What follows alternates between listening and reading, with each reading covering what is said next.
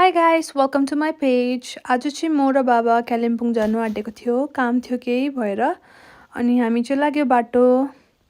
अनि बाटोमा जाँदाखेरि चाहिँ यस्तो दामी भ्यू थियो, अनि मैले क्याप्चर गरेँ त्योहरू होइन। रोड हेर्नुहोस् न तपाईँहरूले, कस्तो दामी देखिरहेको थियो, घाम मजाले लागेको थियो। अन्त अब चाहिँ हामी चारखोल पस्यौँ। चारखोलमा चाहिँ टुरिज्म पुरा चल्छ, अनि पुरा उयो के पो होमस्टेहरू पनि छ। माथि माथि देख्दै गरेको होमस्टेहरू हो। त्यहाँदेखिको तल गएर चाहिँ बाबाको ब्रेक लागेको थिएन अरे, अन्त ब्रेक बनाउनुको लागि एकछिन हामी बिसाएर ब्रेक बनाइदियो दाजुले। बनाएपछि चाहिँ हामी हिँड्यौँ, अन्त पाला ब्रिज पुग्यो। हामी पाला ब्रिज पुग्योपछि अब कहिले पुग्ने भइरहेको थियो। फाइनली अब चाहिँ कालिम्पोङ पुग्यो हामी। यहाँ कालिम्पोङ पुग्यो, ढुक्क लागिरहेको थियो। अन्त गएर चाहिँ फर्स्ट काम हामी चाहिँ मादल बनाउनु थियो हाम्रो। अन्त मादल बनाउनु गएको थियो।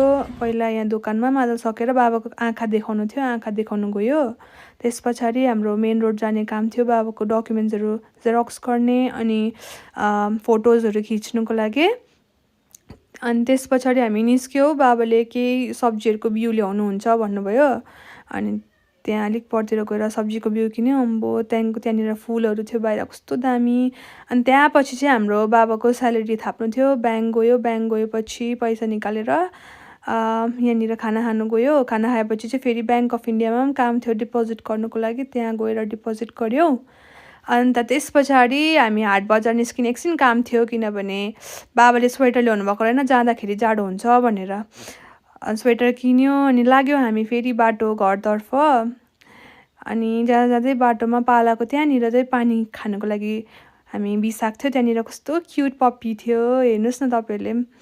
अन्त त्यहाँदेखि भ्यू कस्तो राम्रो देखिरहेको थियो, हेर्नुहोस् त कस्तो दामी देखिरहेको थियो पुल त।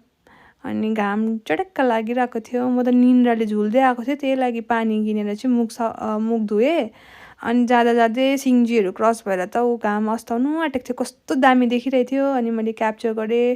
त्यहाँदेखिको घर पुगेर खानाहरू खाएर चाहिँ भजन गाउनु गएँ। म बाबा मम्मी अनि सबैजना हामी भजन गायौँ। अनि त्यतिमै मेरो भ्लग पनि एन्ड भयो। Thank you so much. I see you in my next vlog guys.